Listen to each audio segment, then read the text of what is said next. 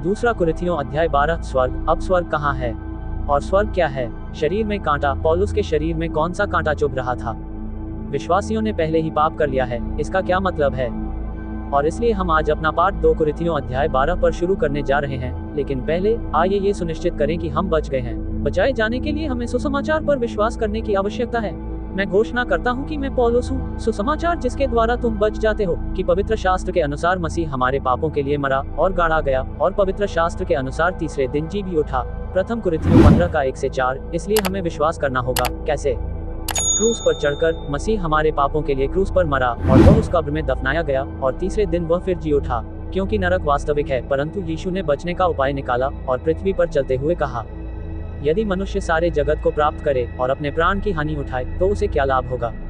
Mark 8 का 36। तो आइए हम ये सुनिश्चित करें कि हम अपनी आत्मा न खो दें। यदि आप निश्चित नहीं हैं कि आप बचाए गए हैं, तो रोमियो अध्याय 1 से 5 तक को बार बार पढ़ें जब तक कि आप यह न जान लें कि आप बचाए गए हैं। निस्संदेह घमंड करना मेरे लिए उचित नहीं है। घमंड करना तो घमंड करना है। अतः पौलुस जानता है कि मसीह और मसीह की देह के लिए जो कष्ट उसने सहे, उनके विषय में घमंड करना उसके लिए दीर्घकाल में उचित या लाभदायक नहीं है। मैं प्रभु के दर्शन और रहस्योद्घाटन के लिए आऊंगा, इसलिए ये जानना और अध्ययन करना बहुत दिलचस्प है कि लेखन के बाद पौलुस को और क्या रहस्योद्घाटन और दर्शन प्राप्त हुए। दूसरा कुरिन्थियों प्रेरितों के काम 20 पद 1 में, मैं 14 साल पहले मसीह में एक आदमी को जानता था। चाहे शरीर में हूँ मैं नहीं जानता, या शरीर से बाहर हूँ मैं नहीं जानता, परमेश्वर जानता है। ऐसा व्यक्ति तीसरे स्वर्ग तक उठा लिया गया। अतः जब पौलुस तीसरे स्वर्ग तक उठा लिया गया तो उसे पता नहीं था कि वह शरीर में है या शरीर से बाहर, क्योंकि उसका प्राण उसकी आत्मा में ऊपर चला गया और उसे ऐसा महसूस हुआ कि वह अपने शरीर में है। और मैं ऐसे मनुष्य को जानता था, चाहे देह सहित चाहे बिन देह। मैं नहीं जानता कि परमेश्वर जाने कैसे वह स्वर्गलोक पर उठा लिया गया, और उसने ऐसी बातें सुनी जो कहने की नहीं और जिनका उच्चारण करना मनुष्य को उचित नहीं, सो वह स्वर्गलोक में उठा लिया गया। स्वर्ग तक तो स्वर्ग तीसरे स्वर्ग में था, जैसा कि पौलुस ने कहा, और उसे तीसरे स्वर्ग के बारे में कुछ भी नहीं कहना चाहिए, क्योंकि पौलुस का काम फिलेमोन को रोमियो को लिखना है। वे 13 अक्षर जो उसके नाम से आरंभ होते हैं, जो मसीह की देह के लिए शिक्षा हैं। मैं ऐसे ही मनुष्य की बड़ाई करूंगा, तो भी मैं अपने विषय में अपनी निर्बलताओं को छोड़ और किसी बात पर घमंड नहीं करूंगा। तो उसके शरीर में, उसके पापमय शरीर में ली शरीर, वह महिमा के लिए नहीं जा रहा है, लेकिन वह उस समय की बात करेगा जब वह अपने नए मनुष्यत्व में था। उसकी आत्मा और उसका प्राण, उसका आंतरिक मनुष्यत्व जो स्वर्ग में उठा लिया गया था। क्योंकि यदि मैं घमंड करना चाहूँ तो भी मूर्ख न बनूंगा, क्योंकि मैं सच बोलूंगा, परंतु अब मैं रोकता हूँ कि कोई भी मनुष्य मुझे उससे बढ़कर न समझे। जो वह मुझे देखता है या जो वह मेरे विषय में सुनता है, तो वह नहीं चाहता अब वह अपने इस शरीर बाह्य अनुभव को साझा करने में अनिच्छुक है, क्योंकि वह नहीं चाहता कि कोई उसकी पूजा करे, लेकिन वह सच बोल रहा है, और ऐसा न हो कि मैं प्रकाश की सहनशीलता के कारण अत्यधिक ऊंचा उठ जाऊं। नहीं, रहस्योद्घाटन की बहुतायत के कारण मेरे शरीर में एक कांटा चुभाया गया, शैतान का दूत, ताकि मुझे घूंसे मारे, ताकि मैं हद से ज्यादा ऊंचा न उठ जाऊं, ताकि पौलुस को प्राप्त हुए प्रचुर रहस्योद्घाटन के कारण वह अहंकारी न हो जाए। उसे शरीर में एक कांटा चुभाया गया था, जिससे शैतान उसे घूंसा मारता था, ताकि वह, आप जानते हैं, जीवित न रहे। लेकिन पौलुस ऐसा नहीं चाहता था। उसे खुद को ऊंचा नहीं उठाना चाहिए था। तो आइए देखें कि स्वर्ग क्या है। क्योंकि जब मसीह क्रूस पर थे तो उन्होंने अपने दोनों ओर खड़े 2 चोरों में से एक चोर से बात की, और उन्होंने नरक और नरक के बारे में बात की, इससे पहले कि क्रूस 2 भागों में विभाजित हो जाए। एक और अब्राहम की गोद या स्वर्ग का स्थान था, जिसे पैराडाइज भी कहा जाता है। लेकिन जैसा कि पौलुस ने कहा, वह स्वर्ग अब तीसरे स्वर्ग में है। और दूसरा भाग यातना वाला था। और प्रभु ने कहा, जैसे योना 3 दिन और 3 रात मछली के पेट में रहा, वैसे ही मनुष्य का पुत्र भी 3 दिन और 3 रात पृथ्वी के गर्भ में रहेगा। मत्ती 12 का 40। अतः पृथ्वी के हृदय में नरक है, और प्रभु 3 दिन और 3 रात के लिए स्वर्ग भाग में चले गए। आइए देखें कि बाइबल में अन्य कब स्वर्ग का उल्लेख किया गया है, क्योंकि स्वर्ग के हटा दिए जाने के बाद नरक ने अपना विस्तार कर लिया, जैसा कि यशायाह 5 का 14 में कहा गया है। और महान श्वेत सिंहासन के न्याय के बाद नरक को आग की झील में डाल दिया जाएगा। यीशु ने उससे कहा, वह दूसरा चोर है जो क्रूस पर है, मैं तुझसे सच कहता हूँ, आज तू मेरे साथ स्वर्गलोक में होगा। लूका 23 का 43। तो हम 124 में पौलुस से जानते हैं कि स्वर्ग अब तीसरे स्वर्ग में है। ठीक है, तो उन्होंने 12:4 में इसका उल्लेख किया, और उन्होंने कहा, दूसरे श्लोक में तीसरा स्वर्ग। इब्रानियों ने भी इसकी पुष्टि की है, परंतु तुम सियोन पहाड़ के पास और जीवते परमेश्वर के नगर स्वर्गीय यरूशलेम के पास आए हो। सो स्वर्गीय यरूशलेम जो तीसरे स्वर्ग में है, और स्वर्गदूतों के अनगिनत समूह, और पहिलौठों की साधारण सभा और कलीसिया, जिनके नाम स्वर्ग में लिखे हुए हैं, और सबके न्याय परमेश्वर और सिद्ध किए हुए धर्मियों की आत्माओं को ये पत्र है। इब्रानियों 12 का 22 और 23। अतः पुराने नियम के दौरान और उसके प्रथम भाग में धर्मी लोगों की आत्माएं, आप जानते हैं, उन सभी लोगों की आत्माएं जिन्होंने मसीह की सांसारिक सेवकाई पर विश्वास किया है, अब तीसरे स्वर्ग में हैं। ये सिद्ध किए गए धर्मी मनुष्यों की आत्माएं हैं, क्योंकि मसीह के पुनः जी उठने के बाद वह अपनी आत्मा को उनमें डाल सका। जिन लोगों ने उसकी बात मानी थी, यह आखिरी बार है जब स्वर्ग शब्द का प्रयोग किया गया है। जिसके कान हो वह सुन ले कि आत्मा कलीसियाओं से क्या कहता है। जो जय पाए उसे मैं उस जीवन के वृक्ष में से फल खाने को दूंगा, जो परमेश्वर के स्वर्गलोक में है। प्रकाशित वाक्य 2:7। अतः जब नया यरूशलेम उतरेगा तो नई पृथ्वी पर जीवन का वृक्ष और परमेश्वर का स्वर्ग होगा, और जो लोग, आप जानते हैं, इस सूर्य के प्रति वफादार बने रहेंगे और इसे नए स्वर्ग में ले जाएंगे। पृथ्वी जीवन के वृक्ष का फल खा सकेगी और अनंत जीवन पा सकेगी। पौलुस स्वयं पर गर्व नहीं करेगा, जबकि मसीह ने ही उसके जैसे ईशनिंदक को बचाया था, जिसने स्तिफनुस और अन्य छोटे झुंड के विश्वासियों की क्रूर हत्या में भाग लिया था। प्रेरित पौलुस नहीं चाहता था कि कोई भी उसे किसी भी तरह से पूजे, इसलिए उसने 14 वर्षों तक अपने पत्रों में अपने तीसरे स्वर्ग के अनुभव का उल्लेख नहीं किया। तो आइए नरक के बारे में थोड़ा और देखें। नरक में धनी व्यक्ति ने पिता अब्राहम से कहा, मैं इस ज्वाला में तड़प रहा हूं। लूका 16:24। अब्राहम ने कहा। धनवान के भाइयों के विषय में तो मूसा और भविष्यद्वक्ता हैं, उन्हें सुनने दो। लूका 16:29। इसलिए हर किसी को परमेश्वर का वचन पढ़ने की जरूरत है ताकि वे जान सके कि परमेश्वर ने क्या कहा। तो आइए देखें कि पैराडाइज अब कहाँ है। तो अभी स्वर्ग तीसरे स्वर्ग में है, क्योंकि यहाँ पृथ्वी है, और पहला स्वर्ग वह है जहाँ पक्षी उड़ते हैं, दूसरा स्वर्ग वह स्थान है जहाँ शैतान और उसके पतित स्वर्गदूत हैं, और तीसरा स्वर्ग वह है जहाँ परमेश्वर का पुत्र पिता के दाहिने हाथ बैठा है, और अभी स्वर्ग ही है। तो आइए देखें कि पौलुस के साथ क्या हुआ। प्रेरितों के काम 9 में जब उसने दमिश्क के मार्ग में प्रभु को देखा और हनन्याह उसके पास आया और खड़े होकर मुझसे कहा, हे भाई शाऊल, देखने लग जा। उसी घड़ी मैंने उस पर दृष्टि की, और उसने अर्थात हनन्याह ने कहा, हमारे बापदादों के परमेश्वर ने तुझे इसलिए चुना है कि तू उसकी इच्छा जाने और यह भी देखे कि वह धर्मी और योग्य मनुष्य यहाँ है कि उसके मुंह की बात सुने। प्रेरितों के काम 22:13 और 14। इसलिए दमिश्क के मार्ग पर पौलुस को हनन्याह ने अंधा होने से चंगा किया, क्योंकि पौलुस को यीशु मसीह को अपने सामने प्रकट होते देखने और उसकी आवाज सुनने के लिए चुना गया था। तो ये वह समय नहीं है जब पौलुस को अपनी आंखों में कोई समस्या थी, क्योंकि प्रेरितों के काम 9 में उस समय उसकी आंखें पूरी तरह से ठीक हो चुकी थी। और ठीक है, तो अब मैं पौलुस स्टोनिंग के बारे में बात कर रहा हूँ, और मेरा मानना है कि यहीं से उनकी आंखों की समस्या शुरू हुई। और लुस्त्रा में एक मनुष्य बैठा था, ये गलातिया में एक स्थान है, जो पांवों का निर्बल और अपनी माता के गर्भ से ही लंगड़ा था, जो कभी न चला था। उसी ने पौलुस को बातें करते सुना, जिसने उस पर दृष्टि करके ये जान लिया कि इसको चंगा हो जाने का विश्वास है, और ऊंचे शब्द से कहा, अपने पांवों के बल सीधा खड़ा हो, और वह छलांग लगाकर चलने लगा। वह है प्रेरितों के काम 13:8-10। और अंताकिया और इकुनियुम से कई यहूदी वहां आए और लोगों को बहकाकर पौलुस को पत्थरवाह किया, और जब उन्होंने उसे पत्थरवाह किया तो यह समझकर कि वह मर गया है, उसे नगर के बाहर खींच ले गए। परंतु जब उसके चेले उसे घेर कर खड़े हो गए तो वह उठकर नगर में आया। अगले दिन वह बरनबास के साथ दिरबे को चला गया। प्रेरितों के कार्य 14:19-20 तक। इस प्रकार वह व्यक्ति जो जन्म से अपंग था पौलुस के द्वारा चंगा हो गया। तो यह एक संकेत था कि पौलुस ने ऐसा किया, और इसलिए आप जानते हैं, वे आए और उन्होंने पौलुस को पत्थरवाह किया। और हम कैसे जानते हैं कि पौलुस मर चुका था? क्योंकि उत्पत्ति 35:18 में ऐसा कहा गया है, और ऐसा तब हुआ जब उसकी आत्मा निकल रही थी, क्योंकि वह बिन्यामीन के साथ प्रसव में मरने के बाद राहेल के बारे में बात करते हुए मर गई। अतः जब आत्मा शरीर से निकल जाती है तो आप मर जाते हैं। आत्मा सोती नहीं है, शरीर करता है। ठीक है, तो आइए इस पर एक नजर डालें। पौलुस ने गलातियों में कहा, तुम शरीर की निर्बलताओं से जानते हो, तुम जानते हो कि शरीर की निर्बलता के कारण ऐसा होता है। तो ये भौतिक शरीर की कमजोरी है। मैंने पहले ही तुम्हें सुसमाचार सुनाया, और तुमने मेरी देह में हुई परीक्षा या परीक्षा को तुच्छ न जाना और न स्वीकार किया, परंतु मुझे परमेश्वर का दूत जानकर, अर्थात मसीह यीशु के समान ग्रहण किया। तो फिर वह धन्यता कहाँ है जिसकी तुम चर्चा करते थे?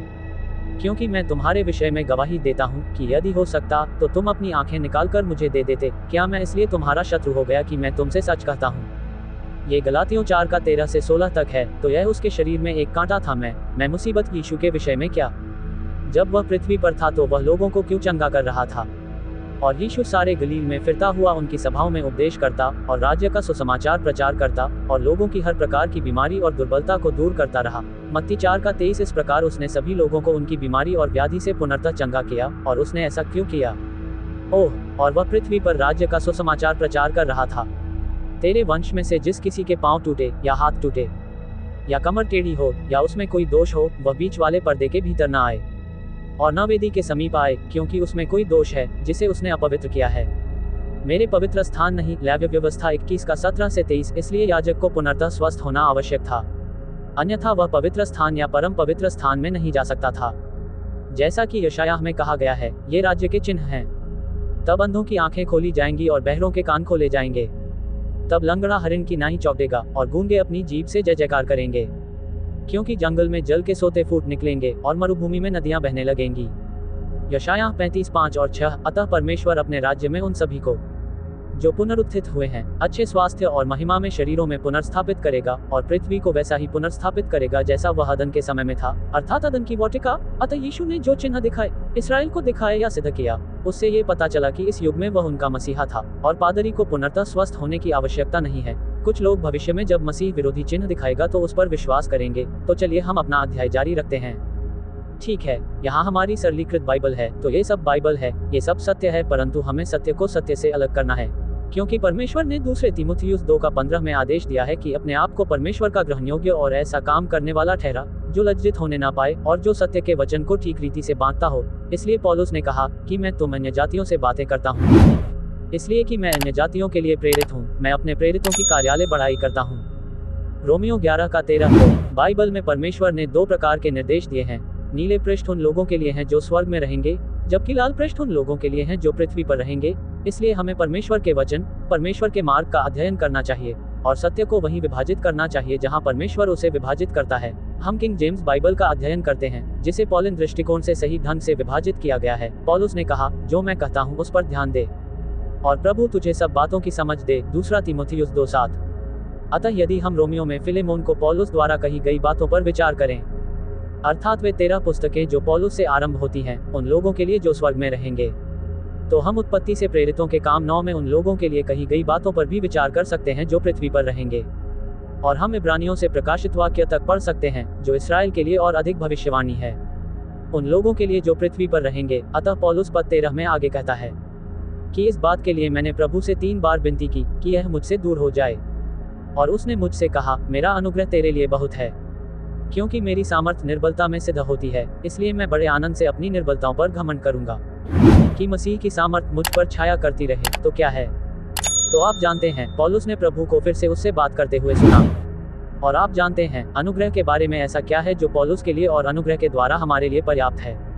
परमेश्वर हमें अपने पुत्र की आत्मा देता है। अतः पौलुस में अपने पुत्र की आत्मा थी और परमेश्वर ने उसके वचन को सुरक्षित रखा और किंग जेम्स बाइबल में उसका पुनर्तः अनुवाद किया। परमेश्वर ने पौलुस को इस समय चंगा नहीं किया जब मैं कमजोर था। पौलुस ने कहा, मैं उसके वचन का उपयोग करते हुए उसकी आत्मा पर निर्भर रहने के लिए मजबूर हूँ। अतः पौलुस तुरंत आज्ञा का पालन करता है और कहता है कि इस समय पूर्ण स्वस्थ रहने की अपेक्षा वह चाहता है कि मसीह की सामर्थ्य उस पर बनी रहे। इसलिए मैं मसीह के लिए निर्बलताओं और निंदाओं और दरिद्रताओं और सतावों और संकटों में प्रसन्न होता हूँ, क्योंकि जब मैं निर्बल होता हूँ तभी मैं बलवान होता हूँ। तो जब वह शारीरिक रूप से कमजोर होता है तो मसीह उसमें मजबूत है। मैं बढ़ाई करने में मूर्ख बन गया हूँ। तुमने मुझे विवश किया है, क्योंकि मुझे तुम्हारी ओर से सराहना मिलनी चाहिए थी, क्योंकि यद्यपि मैं कुछ भी नहीं हूँ तो भी मैं उन बड़े से बड़े प्रेरितों से किसी बात में कम नहीं हूँ। अतः पौलुस भी पतरस और यूहन्ना के समान ही प्रेरित था। निस्संदेह तुम्हारे बीच में रसूल के चिन्ह, पूर्ण धैर्य, चिन्हों, अद्भुत कामों और सामर्थ्य के कामों सहित प्रकट हुए। हे कुरिथियों, किस बात में तुम अन्य कलीसियाओं से कम ठहरे? क्योंकि कुरिथियों के पास किसी भी अन्य कलीसिया की तुलना में अधिक चिन्ह देने के वरदान थे, क्योंकि वे यहूदियों के आराधनालय के बगल में थे और यहूदी लोग तो एक चिन्ह चाहते हैं, परंतु ये कि मैं आप तुम पर बोझ न बनाऊं। उसने उनसे कभी कोई पैसा नहीं मांगा। पौलुस व्यंग्यात्मक लहजे में कहता है, मेरी इस गलती को माफ कर दो। देख, मैं तीसरी बार तुम्हारे पास आने को तैयार हूँ और मैं तुम पर बोझ न डालूंगा, क्योंकि मैं तुम्हारी नहीं वरन तुम्हारी ही खोज में हूँ। क्योंकि बच्चों को माता पिता के लिए धन संचय नहीं करना चाहिए, बल्कि माता पिता को बच्चों के लिए धन संचय करना चाहिए।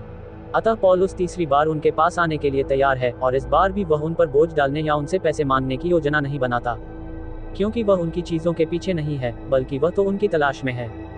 और आप जानते हैं, माता पिता को बच्चों की देखभाल करनी चाहिए, न कि इसके विपरीत। और मैं बहुत खुशी से आपके लिए खर्च करूंगा और खर्च हो जाऊंगा। ठीक है, और माता पिता ऐसे ही होते हैं। वे अपने बच्चों को अपना सब कुछ, अपनी सारी ऊर्जा दे देते हैं। हालांकि जितना अधिक मैं तुम्हें प्यार करता हूँ उतना ही कम मुझे प्यार मिलता है, परंतु ऐसा ही हो। मैंने तुम पर कोई बोझ नहीं डाला, फिर भी चालाकी से मैंने तुम्हें छल से पकड़ लिया। तो उसने कहा, मैंने तुमसे पैसे नहीं मांगे और अब आप सोचते हैं कि मैं झूठ बोलकर काम कर रहा हूँ। जो लोग मैंने तुम्हारे पास भेजे, क्या उनमें से किसी के द्वारा मैंने तुम्हारा कुछ लाभ उठाया? मैंने तीतुस को बुलाया और उसके साथ एक भाई को भेजा। क्या टाइटस ने आपसे कोई लाभ उठाया? टहलना। हम एक ही आत्मा में नहीं चलते हैं, हम एक ही कदम पर नहीं हैं। तो क्या मेरे भेजे हुए लोगों में से किसी ने तुमसे पैसे मांगे? क्या तीतुस और मैं एक ही आत्मा में, एक ही कदमों पर नहीं चलते थे, शुद्ध इरादों के साथ प्रेमपूर्वक मुफ्त में सेवा नहीं करते थे और एक ही खरी शिक्षा नहीं बोलते थे? पौलुस ने तीतुस को ये कहने के लिए भेजा कि विश्वासी पौलुस का अनुसरण करें। तो आइए, अध्याय समाप्त होने से पहले ये सुनिश्चित कर लें कि हमने कुछ भी नहीं छोड़ा है। संकेत उपहार के माध्यम से परमेश्वर ने पौलुस की प्रेरिताई को वैध ठहराया। परमेश्वर ने चिन्हों के वरदान दिए ताकि पौलुस द्वारा मसीह के धर्म सिद्धांत को लिखने से पहले ही उसे मसीह की देह तक पहुंचाया जा सके। आज परमेश्वर किसी को भी अलौकिक रूप से चंगा नहीं कर रहा है, वह आध्यात्मिक रूप से काम कर रहा है। पौलुस को उनकी आध्यात्मिक भलाई के लिए चिंता होने के कारण घमंड करना पड़ा। तुम्हें किसी और का अनुसरण करने के प्रलोभन में पड़ने के बजाय उस पद का आदर करना चाहिए था जो मसीह ने मुझे दिया था।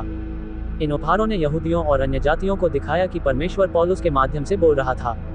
पौलुस जानता था कि यदि विश्वासी उसकी बात नहीं सुनेंगे तो वे आत्मिक अंधकार में चले जाएंगे और रोमियो द्वारा फिलेमोन को लिखे पत्र में मसीह के निर्देशों के प्रति अनभिज्ञ हो जाएंगे।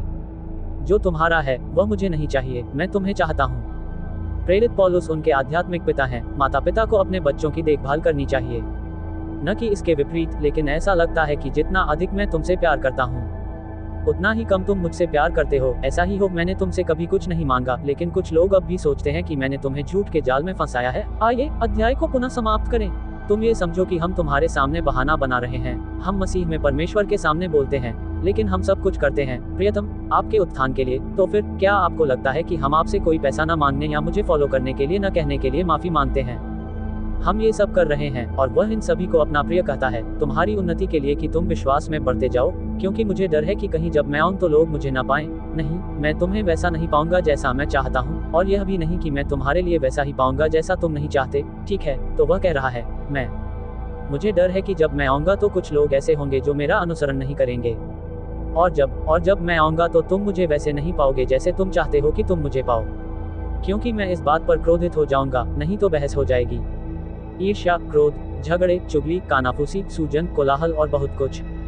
जब मैं फिर आऊंगा तो मेरा परमेश्वर मुझे तुम्हारे बीच में नम्र करेगा, और मैं उन बहुतों के लिए विलाप करूंगा जिन्होंने पहले पाप किया है, और उस अशुद्धता और व्यभिचार और लुचपन से जो उन्होंने किया था पश्चाताप नहीं किया। इस प्रकार अध्याय 11 समाप्त हुआ। इसलिए वह इस बात पर बहस नहीं करना चाहते कि वे उनका अनुसरण कर रहे हैं, क्योंकि कुछ लोग पहले ही ये काम कर चुके हैं। विलाप का अर्थ है दुख या शोक व्यक्त करना। इस संदर्भ में व्यभिचार आध्यात्मिक है, अशुद्ध वस्तु झूठा सिद्धांत है, वह पौलीन नहीं है। आज मसीह की पार्थिव सेवकाई का अनुसरण करना मूर्ति पूजा है, अर्थात दूसरे यीशु का अनुसरण करना। मसीह की पृथ्वी पर की गई सेवकाई में कुछ भी गलत नहीं है, परंतु परमेश्वर अभी जो कर रहा है वह वैसा नहीं है। मूर्ति पूजा भी पतरस और पौलुस को मिला रही है। पौलुस पतरस ने जो कहा उसमें कुछ भी गलत नहीं है, और पौलुस ने जो कहा उसमें भी कुछ भी गलत नहीं है, लेकिन इन दोनों को मिलाना परमेश्वर के नियुक्त प्रेरित के अलावा किसी अन्य व्यक्ति द्वारा हस्ताक्षरित निर्देशों के दो सेटों को मिलाना है। प्रेरित पौलुस नहीं चाहता कि जो लोग पहले ही पाप कर चुके हैं और जो झूठे सेवकों का अनुसरण करने के बारे में अपना मन नहीं बदल पाए हैं, वे उसके साथ बहस करें। पौलुस जानता है कि उनके और हमारे लिए यह आवश्यक है कि हम उसकी लिखी बातों का पालन करें। खरी शिक्षा के परिणामस्वरूप खरी सोच और परमेश्वर की सही सेवा होती है। पौलुस का अनुसरण न करना आत्मिक व्यभिचार या मूर्ति पूजा है। प्रेरित पौलुस में कलीसिया की समस्याओं से निपटने के लिए प्रेम और साहस था। उसने कहा, जैसा कि मैं भी मसीह का अनुसरण करता हूँ वैसे ही तुम भी मेरे अनुसरण करो। प्रथम कुरिन्थियों 11:1। तो ये रहस्य के प्रकाशन के अनुसार मसीह है, जैसा कि रोमियो 16:25 में कहा गया है। जब हम सत्य के वचन को सही ढंग से विभाजित करते हैं तो यह इतना दिलचस्प हो जाता है कि हम इसे पढ़कर तृप्त नहीं हो पाते। और यहाँ कुछ अन्य पुस्तकें हैं जो आपको सही ढंग से विभाजन करने में मदद कर सकती हैं। परमेश्वर का रहस्य एक ऐसी पुस्तक है जो लगभग 100 पृष्ठों में संपूर्ण बाइबल का अवलोकन है। और रोमियो सही ढंग से विभाजित रोमियो अध्ययन गाइड एक सही ढंग से विभाजित एक्स नॉपोलिन डिस्पेंसेशनलिस्ट से रोमियो पर एक टिप्पणी है, और सही ढंग से विभाजित दूसरे कुरिन्थियों अध्ययन गाइड भी दूसरा कुरिन्थियों पर एक टिप्पणी है, और मैं इस पुस्तक में भी इन अध्ययनों के लिए इसका उपयोग कर रहा हूँ। दूसरा कुरिन्थियों एक टिप्पणी, ये सभी पुस्तकें अमेज़न पर उपलब्ध हैं, और बहुत से लोगों के पास हमारी सभी पुस्तकें हैं। हम साल में 2 बार जुलाई और अगस्त के बीच तथा क्रिसमस और नए साल के बीच 99 सेंट की किंडल सेल लगाते हैं। हमारी वेबसाइट maryandmanly.com है। हमारा YouTube channel salvation rightly dividing and the rapture है। सच तो यह है कि इसमें हमारे कुछ वीडियो भी हैं। हमारा ईमेल पता है act9@gmail.com। हमें रंबल, लिंक्स, व्हाट्सएप और फेसबुक पर ढूंढें। हमारे फेसबुक वीडियो के साथ संलग्न हमारे अध्यायों को निःशुल्क देखें। हमारे पुराने अध्याय के पाठ हमारे वीडियो एक पूरे अध्याय को कवर करते हैं और बाइबल शिक्षकों के लिए उपयोगी हैं। कृपया लाइक करें, शेयर करें और सब्सक्राइब करें और देखने के लिए धन्यवाद। परमेश्वर आप सबका भला करे। अभी के लिए बाय।